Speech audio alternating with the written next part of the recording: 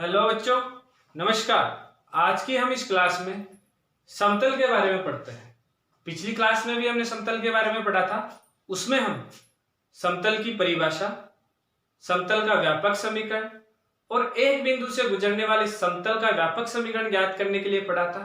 साथ में एक बिंदु से गुजरने वाला तथा किसी अन्य सदिश के लंबवत हो या समतल के कोई सदिश लंबवत हो तो उस कंडीशन में समतल का समीकरण किस प्रकार से ज्ञात करते थे, ये हमने पढ़ा। हमने ये पढ़ा था कि एक जो हमारे पास समतल है, उस समतल का जो सदिश समीकरण है वह आता है आर सदिश डॉट एन सदिश इक्वल टू डी, और उसका जो हमारे पास कार्तीय समीकरण है या व्यापक समीकरण है वह आ रहा था ax plus B Y plus सी जेड प्लस डी बराबर 0। ये बात हम पढ़ चुके हैं। आज की हम इस क्लास में समतल के जो विभिन्न रूप आ रहे हैं उनमें से दो पढ़ चुके हैं। आज की क्लास में हम समतल के और जो रूप है उनके बारे में पढ़ते हैं। तो सबसे पहले हमारे पास आता है समतल का अंतःखंड रूप। समतल का अंतःखंड रूप। अब देखो, अंतःखंड का मतलब हो गया यहां से कि हमारे पास जो समतल है वह निर्देशांकी अक्षों को अंतःखंड या विभाजित करता है। तो हम यहां से मान लेते हैं कि 3D में या निर्देशांकी एक्सिस है हमारे पास कि x एक्सिस, ये y अक्ष और ये हमारे पास z अक्ष है। यहां से हम कहेंगे कि हमारे पास एक ऐसा समतल है जो इन अक्षों को विभाजित करता है। जैसे ये एक समतल है जो x अक्ष को बिंदु a0 0, y अक्ष को 0 b0 और z अक्ष को 0 0 c बिंदु पर विभाजित करता है। तो इस समतल का, या मैं इस बिंदु को निर्देशित करूं तो ये a बिंदु, ये बिंदु b और ये बिंदु c। तो यहां से हमारे पास एक समतल बना a b c।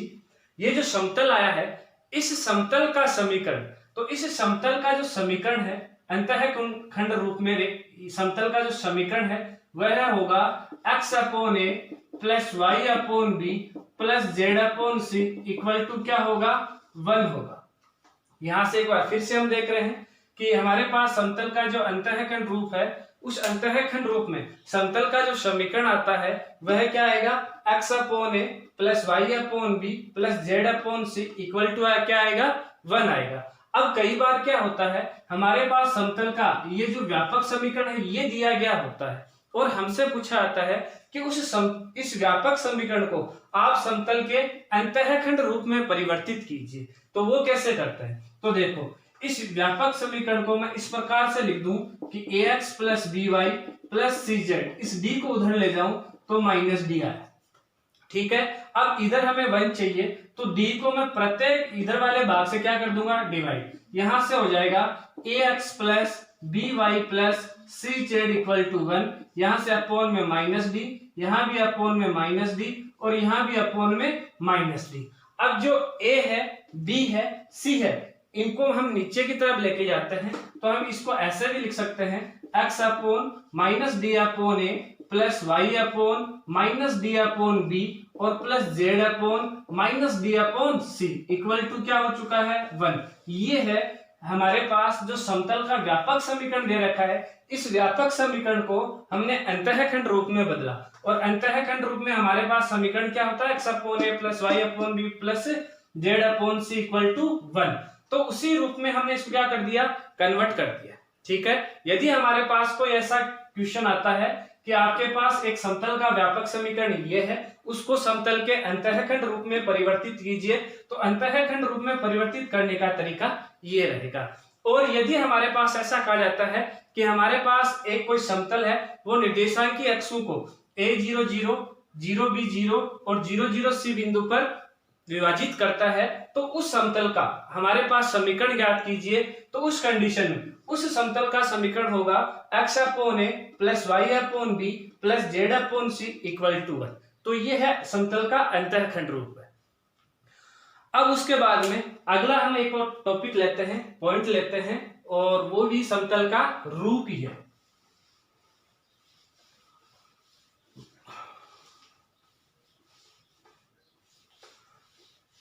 अगला जो पॉइंट है वह है समतल का अभिलंब रूप। अब है हमारे पास समतल का अभिलंब, ठीक है। हम वही कहानी मानते हैं कि एक मेरे पास 3D है, ये x एक्सिस हो गया, ये y एक्सिस हो चुका है और ये z एक्सिस हो। एक इस पे हमारे पास एक समतल है, जैसे ये इस पे हमारे पास ये समतल हुआ, इस समतल पर कोई एक बिंदु है, या हम कहें इस समतल के लंबवत कोई सदिश है जिसको मैं n सदिश से रिप्रेजेंट कर रहा हूं, ठीक है। अब ये हमारे पास यहाँ से कोई बिंदु है, जैसे a सदिश मान लिया, या कोई बिंदु a मान लिया जिसका स्थिति सदिश a सदिश हुआ। अब इस पे हमारे पास एक हमने बिंदु लिया r जिसका स्थिति सदिश r सदिश हुआ।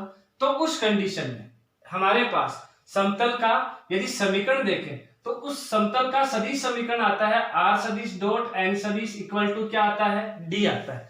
परंतु यदि हमें अभिलंब रूप में समतल का समीकरण ज्ञात करना है, अभिलंब रूप में समतल का समीकरण ज्ञात करना है, तो उसके लिए कंडीशन होती है। क्या कंडीशन होती है कि हमेशा हमारे पास ये है समतल की मूल बिंदु से दूरी, मूल बिंदु से लंबवत दूरी हमें पता होनी चाहिए कि यदि मेरे पास कोई समतल है तो उस समतल की मूल बिंदु से लंबवत दूरी क्या है। यदि मेरे पास किसी समतल की मूल बिंदु से लंबवत दूरी या लंबिक दूरी भी हम बोलते हैं, यदि वह p है तो उस समतल का अभिलंब रूप में, उस समतल का अभिलंब रूप में समीकरण वह आएगा r सदिश डॉट n कैप और इक्वल टू आता है p। n कैप क्या है कि यहां हमारे पास जो समतल है, इस समतल के लंबवत जो सदिश है, उस सदिश का हम कहेंगे इकाई सदिश ज्ञात करना होता है, या हम ऐसे भी कह सकते हैं कि अभिलंब, ये है अभिलंब का इकाई सदिश है, ये है अभिलंब का इकाई सदिश। तो यहां हमारे पास एक अभिलंब है, उसको हम n सदिश से रिप्रेजेंट कर रहे हैं, और वह n सदिश से रिप्रेजेंट कर रहे हैं, और उसका जब हम इकाई सदिश ज्ञात करते हैं तो वह आता है n कैप आता है, ठीक है। तो हमारे पास हम कहेंगे कि समतल का जो अभिलंब रूप आया, वह अभिलंब रूप में समतल का जो समीकरण आया वह है r सदिश dot n cap equal to क्या होगा, p। n कैप है अभिलंब का इकाई सदिश, p है उस समतल की मूल बिंदु से लंबिक दूरी या लंबवत दूरी होती है, और यह है उस समतल का सदिश रूप है। ये जो समतल का समीकरण है ये उसका सदिश रूप है। यदि मैं इसके कार्टेशियन या कार्तीय समीकरण की बात करें तो यहां से हम ऐसे कह सकते हैं कि हमारे पास यदि इस अभिलंब की हमारे पास दिक् को जाए L M N है, यदि इस अभिलंब की दिक् को जाए L M N है, तो उस कंडीशन में हमारे पास अभिलंब रूप में, इस समतल का अभिलंब रूप में हमारे पास जो कार्तीय समीकरण है वह आएगा Lx plus My plus Nz equal to होगा P, और P एक बार फिर से इसकी क्या आ गई, लंबिक दूरी आ चुकी है।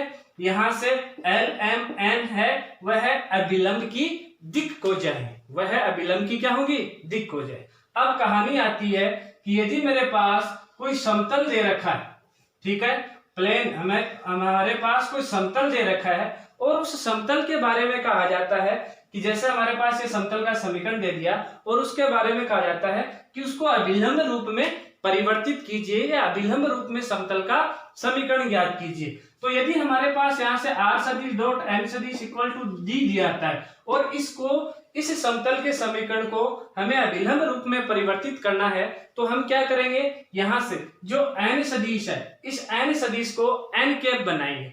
n कैप बनाएंगे तो कैसे बनाएंगे, हमें पता है कि n कैप बराबर क्या होता है, n सदिश अपॉन मापांक n सदिश होता है। तो उस कंडीशन में हम इसके दोनों भागों में, इसके दोनों पक्षों में n कैप क्या दे देंगे, मापांक को n सदिश का क्या दे देंगे, भाग दे देंगे। यदि इधर भाग देंगे तो ये n कैप बन जाएगा, और ये हमारे पास उसकी दूरी आ जाएगी। तो उस कंडीशन में यदि हम इसको कन्वर्ट करते हैं तो r सदिश डॉट यहां से n सदिश अपॉन मापांक को n सदिश इक्वल टू डी अपॉन मापांक ऑफ क्या आ जाएगा, एन सदिश आ जाएगा, और ये कन्वर्ट हो जाएगा आर सदिश dot n cap equal to d upon मापांक ऑफ एन सदिश। और अब हमारे पास ये जो समीकरण आया है ये उस समतल का अभिलंब रूप है। तो यदि हमारे पास सीधा सा यदि समतल का समीकरण दिया जाता है सदिश रूप में, तो उस सदिश रूप को यदि हमें अभिलंब रूप में समतल का सदिश रूप में समीकरण ज्ञात करना है, तो उस कंडीशन में हमारे पास समीकरण किस प्रकार से ज्ञात करेंगे, ये जो प्रोसेस बताई उसी तरीके से, जिसमें से हम ये जो n सदिश है इस n सदिश के मापांक का हम दोनों पक्षों में भाग देंगे, और भाग देने पर वह उस समतल का अभिलंब रूप में समीकरण हमारे पास आ जाएगा। अब कहानी आती है कि इसको हम कैसे चेंज करें, कि यदि हमारे पास कोई व्यापक समीकरण दे रखा है समतल का, और उस व्यापक समीकरण को हमें समतल के अभिलंब रूप में परिवर्तित करना है, तो कैसे करेंगे। हमें पता है कि यहाँ जो एन कैप है, मापांक ऑफ एन सदिश है, ये मापांक ऑफ एन सदिश है क्या, कि रूट यहाँ से A square plus B square plus क्या है सी स्क्वायर, या मैं कहूं कि ये जो सदिश दे रखा है यदि इस सदिश के दिक अनुपात ए बी और क्या है सी, ठीक है, ये ए बी सी सदिश के दिक अनुपात है। यदि यहां से हमारे पास इस सदिश के दिक अनुपात ए बी सी है, तो हम यहां से इसमें ये जो समीकरण दे रखा है इसमें root A square plus B square plus C square का भाग देंगे। भाग देने पर यहां से हमारे पास ये एल एम और एन में कन्वर्ट हो जाएगा, जो कि समतल का अभिलंब रूप होगा। कैसे देखो जरा, यहां से यदि मैं इस समीकरण में इसका भाग देता हूं, तो यहां से आएगा ए अपॉन की root A square plus B square plus C square into X plus B upon की root A square plus B square plus C square into Y plus यहां से देखें तो हमारे पास आएगा कि सी इंटू जेड अपॉन यहां से आया कि root A square plus B square plus C square plus या इक्वल में उधर ले जाऊं तो माइनस डी अपॉन यहां से आया कि root A square plus B square plus क्या आ चुका है सी स्क्वायर। ये क्या बन जाएगा एल।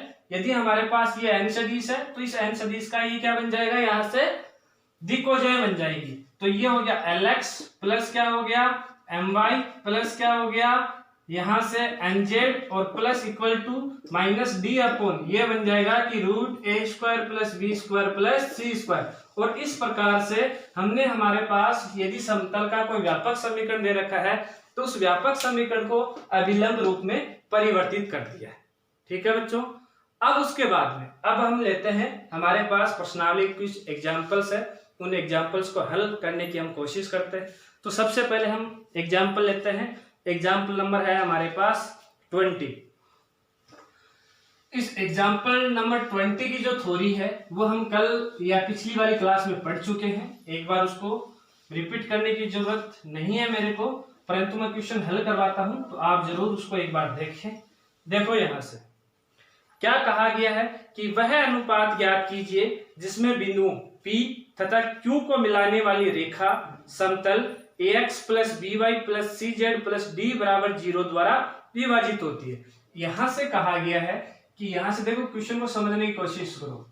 एग्जाम्पल नंबर है हमारे पास 20।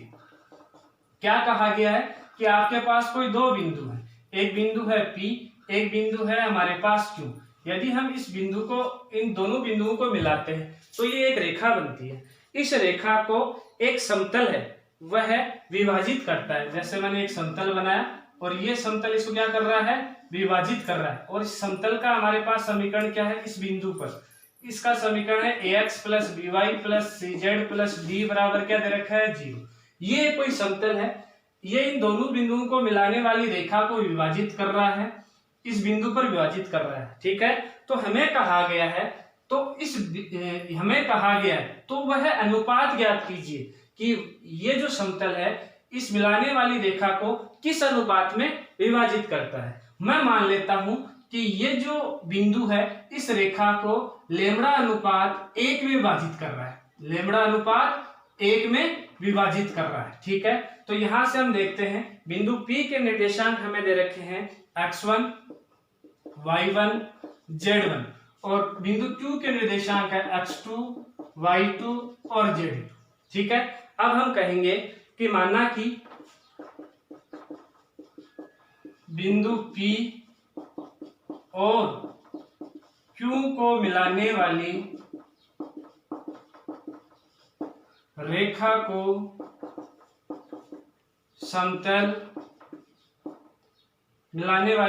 को समतल बिंदु R पर लेमड़ा अनुपात 1 में विभाजित करता है। ठीक है, तो हम इसलिए कहेंगे कि इसलिए बिंदु R के निर्देशांक कि यदि हमारे पास कोई ऐसा एक कोई बिंदु है जो बिंदु इन दोनों बिंदुओं को मिलाने वाली रेखा को लेमड़ा अनुपात 1 में विभाजित करें, तो हम उस बिंदु R के निर्देशांक ज्ञात कर सकते हैं। ये पिछली क्लास में हम पढ़ चुके हैं, ऐसे क्वेश्चन आप 10th में भी पढ़ चुके हो। तो यहां से हमारे पास बिंदु R के निर्देशांक क्या जाएगा कि lambda x2 plus x1 upon lambda plus 1, और यहां से lambda y2 plus y1 upon lambda plus 1, और यहां से lambda z2 plus z1 upon lambda plus 1। ठीक है, ये बिंदु R के निर्देशांक आ चुके हैं। अब देखो बच्चों, यदि ये जो बिंदु आया है, ये बिंदु जो R आया है, यह बिंदु R उस समतल पे भी स्थित होगा, क्योंकि यदि ये कोई रेखा है, जैसे ये कोई रेखा है, यदि इस रेखा को कोई समतल प्रतिच्छेद करता है, विभाजित करता है, तो उस समतल पर कोई ना कोई बिंदु स्थित होगा, और यह जो बिंदु कौन सा बिंदु स्थित होगा? R बिंदु स्थित होगा। और यदि यह बिंदु R इस समतल पर स्थित हुआ, जैसे ये समतल है, तो इस समतल पर यदि यह स्थित हुआ, तो बताओ कि ये इस जो बिंदु है, इस बिंदु के निर्देशांक इस समतल के समीकरण को संतुष्ट करेंगे या नहीं करेंगे? बिल्कुल करेंगे। हम कहेंगे कि इसलिए बिंदु R पर समतल का समीकरण संतुष्ट होगा। अगर संतुष्ट होगा तो उस कंडीशन में हमारे पास जो x का मान, y का मान और z का मान, इस बिंदु R के x और y और z का जो मान है वह उस समतल के समीकरण में रख दिए जाएंगे। तो यहां से आएगा a इंटू कि lambda x2 plus x1 upon lambda plus 1, और प्लस b इंटू यहां से lambda y2 plus y1 upon lambda plus 1, और plus c into lambda z2 plus z1 upon lambda plus 1, और प्लस d इक्वल टू क्या आ चुका है? 0। अब देखो यहाँ सब में नीचे वाले में लेमड़ा आ रहा है, लेमड़ा को मैं इधर भी ले जा सकता हूं।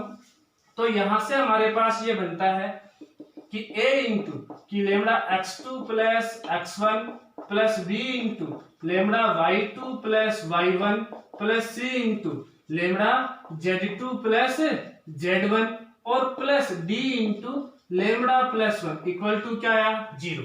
अब हमें यहां से लेमड़ा की वैल्यू ज्ञात करनी है कि हमारे पास, तो हम क्या करेंगे, इनको अंदर गुणा कर देंगे सबको। यदि हम इनको अंदर गुणा करते हैं तो यहां से हमारे पास क्या आएगा? यहां से आता है कि a lambda x2 plus ax1 plus b lambda y2 plus by1 plus c lambda z2 plus cz1, और प्लस यहां से d lambda plus d equal to क्या हो चुका है? 0। जहां जहां से लेमड़ा आ रहा है वहां से हम लेमड़ा कॉमन ले लेते हैं। लेमड़ा कॉमन लिया तो यहां से हमारे पास आया कि ax2 plus by2 plus cz2 है, ठीक है, प्लस cz2 प्लस d, और प्लस में यहां से क्या बचा? यहां से कि ax1 plus by1 plus cz1, और प्लस d बराबर क्या हो गया? 0। इस पूरे भाग को हम उधर ले जाएं तो यहां से आता है कि लेमड़ा, तो हम यहां से लेमड़ा की वैल्यू निकालें तो वह क्या आएगा कि minus ax1 plus by1 plus cz1 और प्लस d अपॉन में यहां से क्या जाएगा? इसका भाग लग जाएगा। यह आया ax2 plus by2 plus cz2 plus d, और हमसे क्या पूछा गया था? हमसे क्वेश्चन में यह पूछा गया था कि वह अनुपात ज्ञात कीजिए। तो अनुपात हमने क्या माना था? लेमड़ा अनुपात 1। तो यहां से लेमड़ा की वैल्यू आ चुकी है। यदि मैं इसमें 1 का भाग देता हूं तो ये क्या बन जाएगा? लेमड़ा अपॉन 1, या लेमड़ा अनुपात क्या बन गया? 1। तो लेमड़ा अनुपात 1 बराबर क्या आया कि minus ax1 plus by1 plus cz1 plus d अनुपात ax2 plus by2 plus cz2 plus d आ चुका है। तो हमारे पास हम कहेंगे इसलिए समतल रेखा PQ को minus AX1 plus BY1 plus CZ1 plus B अनुपात AX2 plus BY2 plus CZ2 plus B में विभाजित करता है। यह हो चुका है बच्चों आंसर। अब उसके बाद में हम अगला क्वेश्चन देखते हैं या अगला एग्जाम्पल देखते हैं जो अच्छा है, और वह है एग्जाम्पल नंबर 21।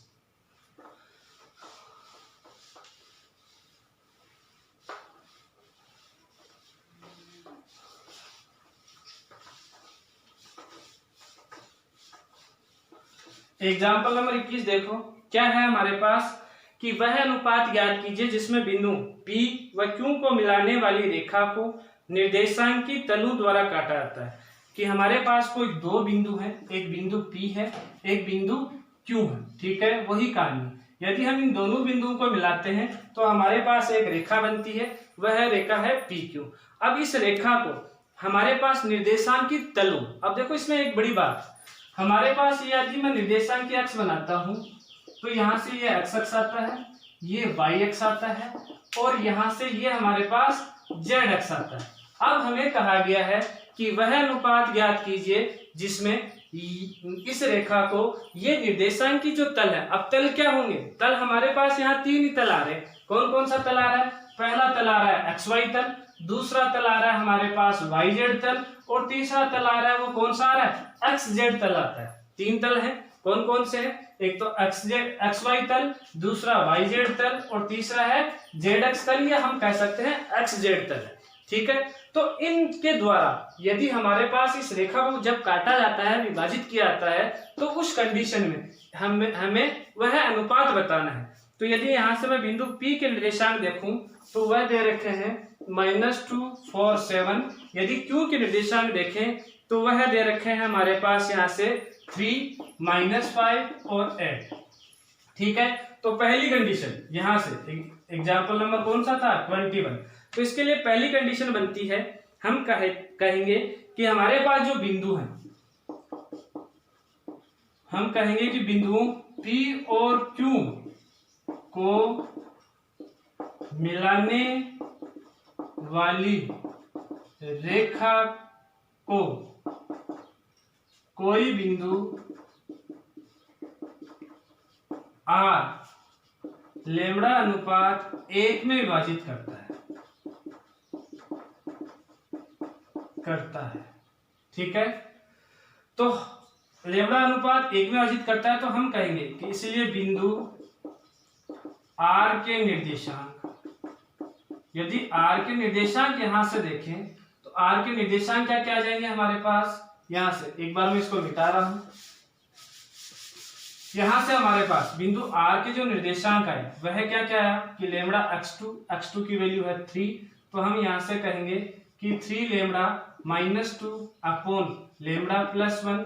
अगला आया हमारे पास यहाँ से -5 लैम्ब्डा प्लस का 4 अपॉन लैम्ब्डा +1। अगला आया हमारे पास 8 लैम्ब्डा +7 अपॉन आ चुका है लैम्ब्डा +1। ये बात है।